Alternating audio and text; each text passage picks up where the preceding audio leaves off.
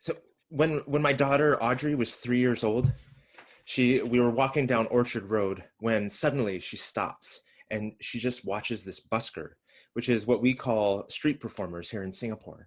And she must be standing there for like what feels like an hour, because no matter what I try to do, I can't get her to leave.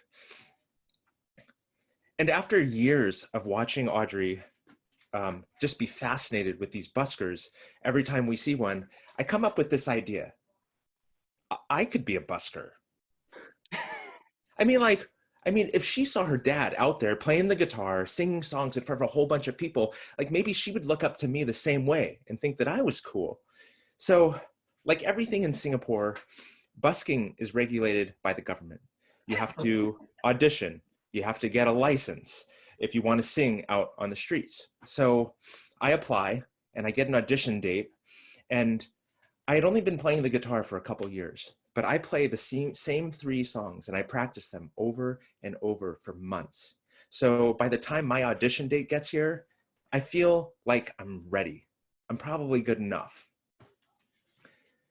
When I get to the audition, there's this big waiting room and there are like 20 other people there in the room with me waiting. And some of them are warming up and everybody sounds like a professional musician. Any confidence that I had a few minutes ago is gone. When my number is called, I pick up my gear, I walk into the audition room, and there are 4 judges sitting behind a long table. One of the judges says, well, just start anytime you're ready. So I start strumming my guitar and I get into my first song, and almost immediately one of the judges stops me and he's like, man, your strumming is not clean. Can you just play evenly? Just like up, down, up, down. And first of all, I can't believe he didn't like the way I played Katy Perry's Hot and Cold. But worse than that, like everybody can hear my audition and this guy is schooling me in front of everybody. It's humiliating, but I try to just get through it. So I start playing again and I try to do what he says.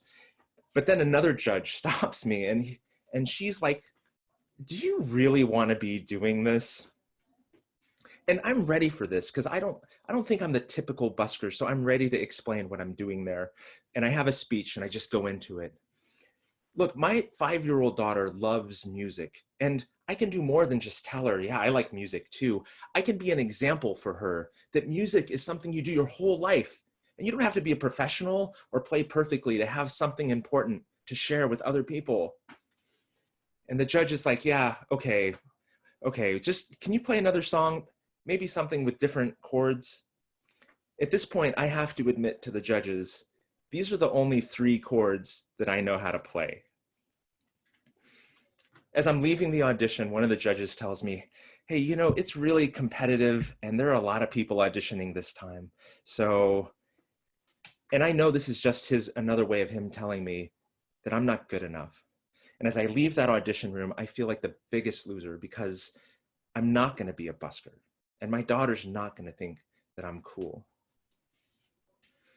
About a month later, a text message pops up on my phone from an unknown number.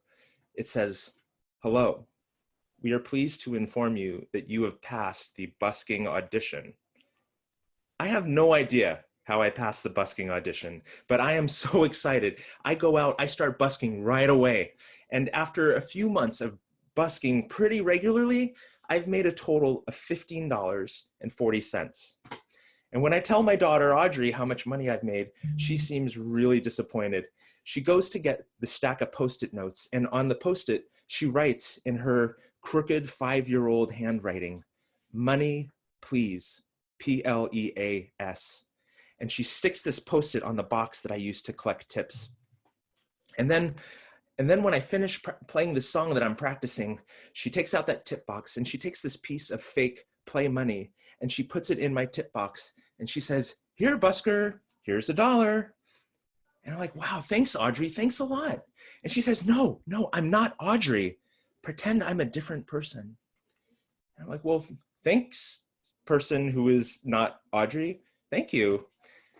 And then I play another song, and at the end of that song, she comes up to me with another piece of fake money, and she puts it in my tip box, and she says, Hello, Busker. Pretend I'm somebody different now. Here's $20. And I'm like, $20? That's a lot of money. And she says, Daddy, it's not real money. My daughter Audrey is now 7 years old, and I've been a licensed busker in Singapore for 2 years.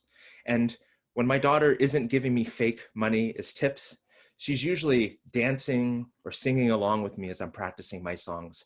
And even though I've never made a lot of tips in real money, Audrey has always been my #1 fan. Thank you.